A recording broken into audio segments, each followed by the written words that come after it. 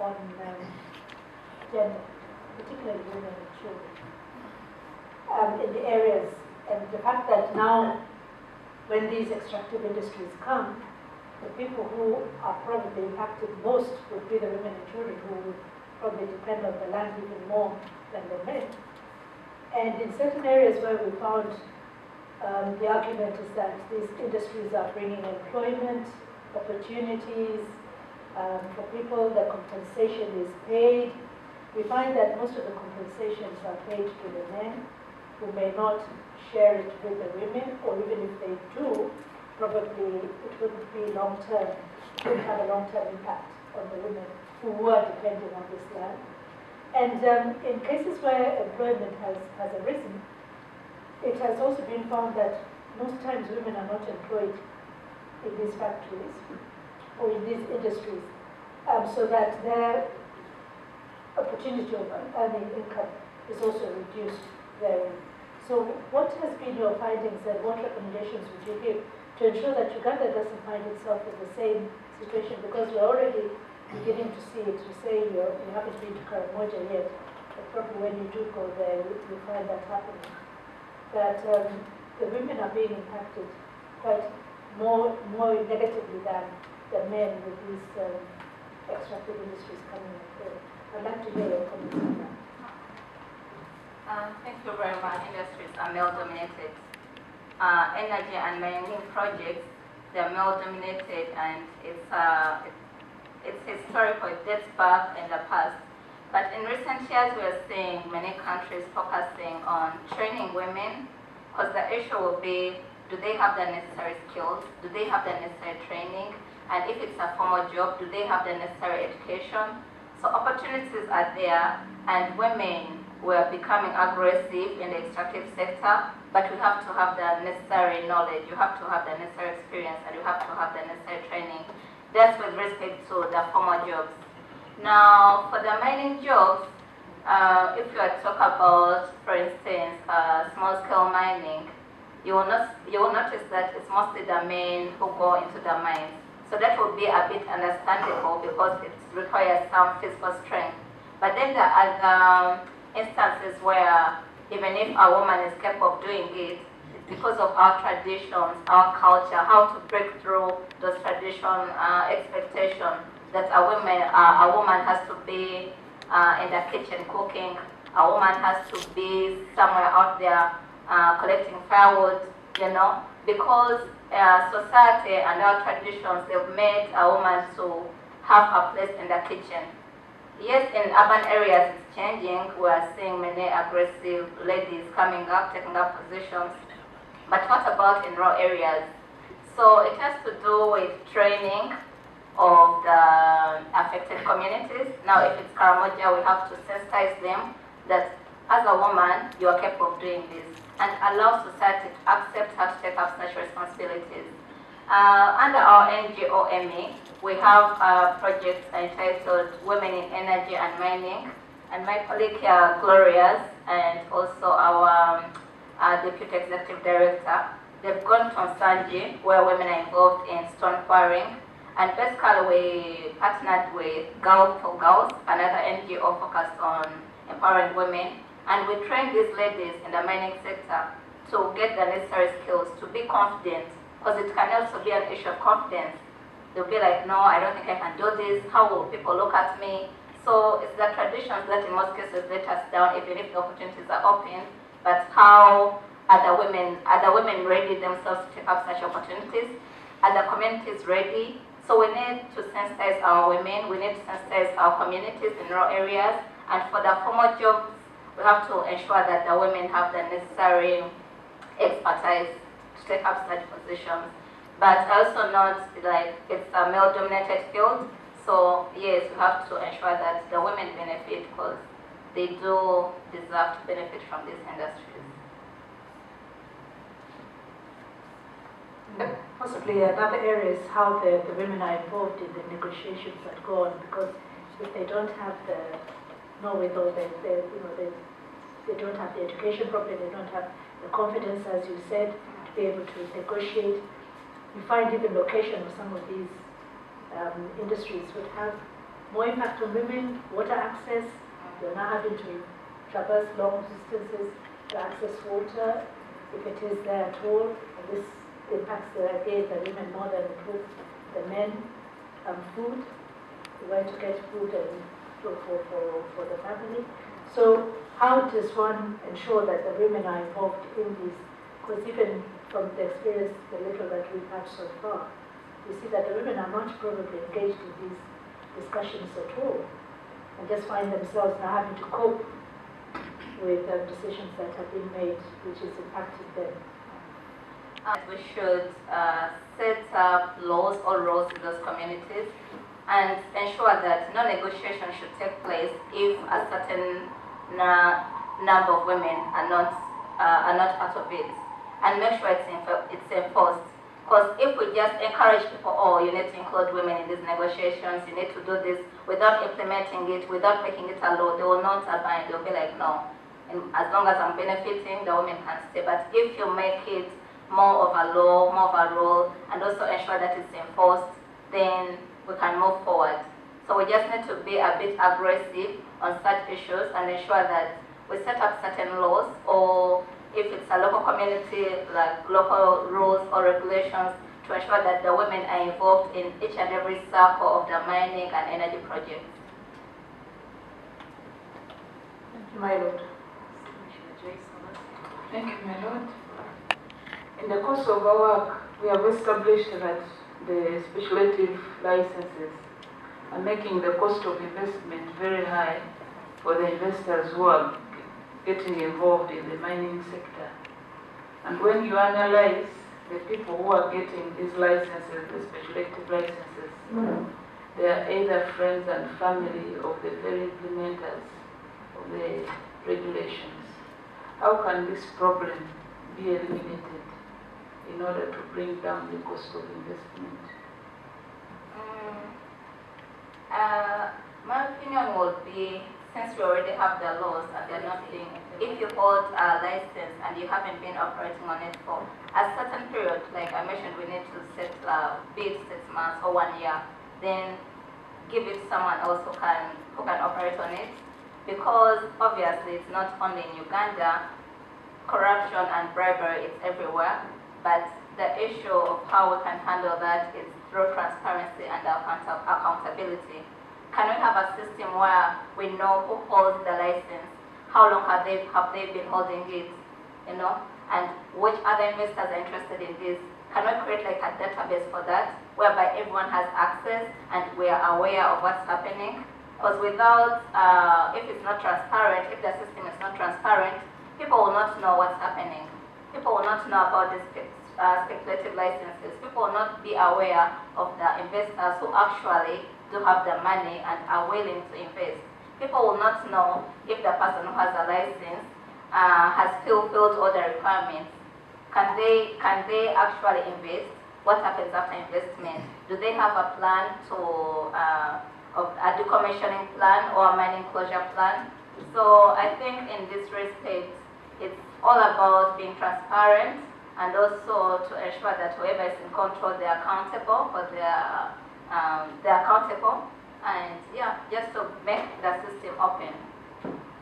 The challenge which I was talking about is the very people who issue the licenses to themselves. And ideally, they will be the ones to check out whatever you're talking about of has the license expired, has this person never used this license. So he's the very person holding the license and he's the regulator. Then we can, the solution will be to set up maybe a different body who can oversee this regulator himself. That will be my advice. Because if the regulator is the same person who's going to check if their requirements have been fulfilled, if the person has done this and this, and it's the same person who holds the license, then you need someone extra or an extra body that can foresee what's happening at this level. Thank you. Thank you very much. In terms of recommendation, I see a recommendation there about an oversight body that regulates and actually oversees what these government departments, particularly the Commission on Geological Services, is doing. I just have one small one on artisanal and small-scale miners. And the experience for artisanal and small-scale miners has been that actually the field is actually quite big. It employs a number of people. You know, the people who crack the rocks and things like this in Teso or even here in Mienga or wherever, you know, they have of course had to pitch themselves against the large-scale people who have huge investment into big excavators and other earth-moving equipment. And yet, these smaller ones probably employ more people. I wonder in terms of policy, what you think of the current mineral policy in Uganda in terms of helping the artisanal and small-scale farmers. And then lastly, on the issue of compensation, I have already stated, and I will say again, that we don't seem to take seriously the social impacts of any sort of development, whether it's a land acquisition for oil or a land acquisition for whatever type of mineral. And as a result, we think compensation is somebody being given a little bit of money and then they run off. And the effect has been that you can pay a person hundreds of millions of shillings, which they've never touched before, and the next day they will spend all the money and become landless and homeless. Of other countries, though they're also still struggling. Like I mentioned, I was in Ghana, and they're still struggling with this issue.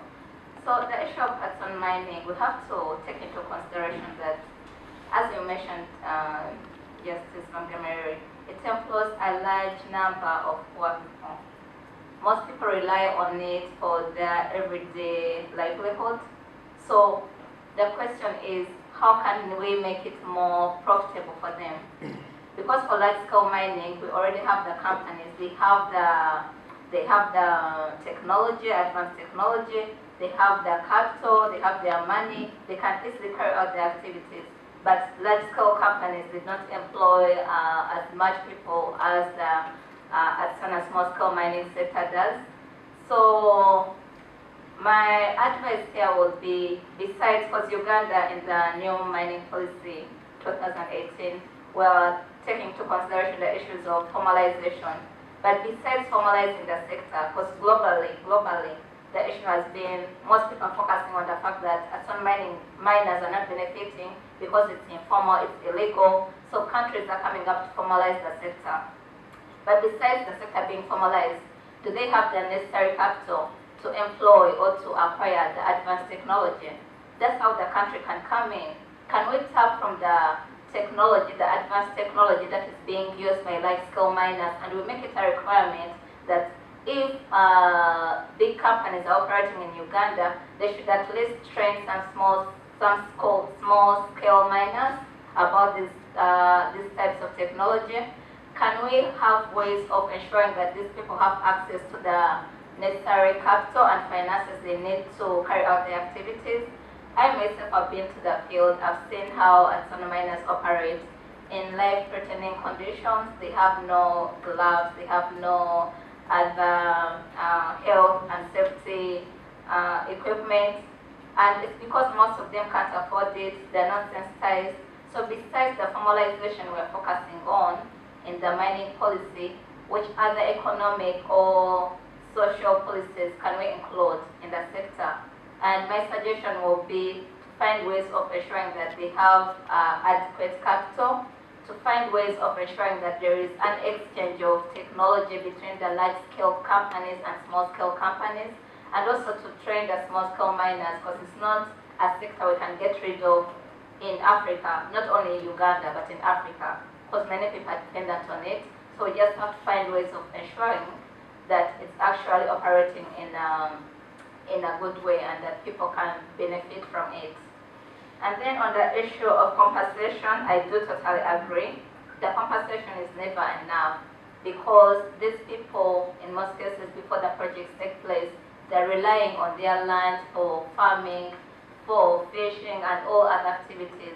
So you're taking away someone's land. We're not looking at the economic part of it, but also the social part of it. They'll be relocated. Issues to do, like how would they feel? We have to, so my advice with respect to this is, besides the legal compensation, we have to take into consideration issues to do with social license to operate. I'll present a paper on this. How can the communities actually be involved in the project? How can they benefit from this project besides the compensation they've received? Are there some social events or other cultural events that can be organized by the company or the government, just to show that these people are still part of the project, even if they have already been compensated?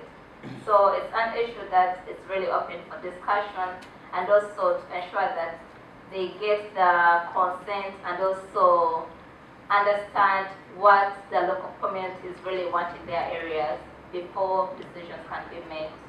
Thank you. Nalule, for taking time and actually making every effort to come and give us your really important views on this area of expertise. I now return. Okay, thank you very much, my lord. I don't have really any further questions for Dr. Nalule, except that she seems to have indicated that she'll be giving us something in writing, some more detailed presentation. Yeah, okay, so we'll look forward to receiving that. Thank you once again. My lord, I think that will bring us to the end of our proceedings for today. We had expected another witness who I think would not be available today.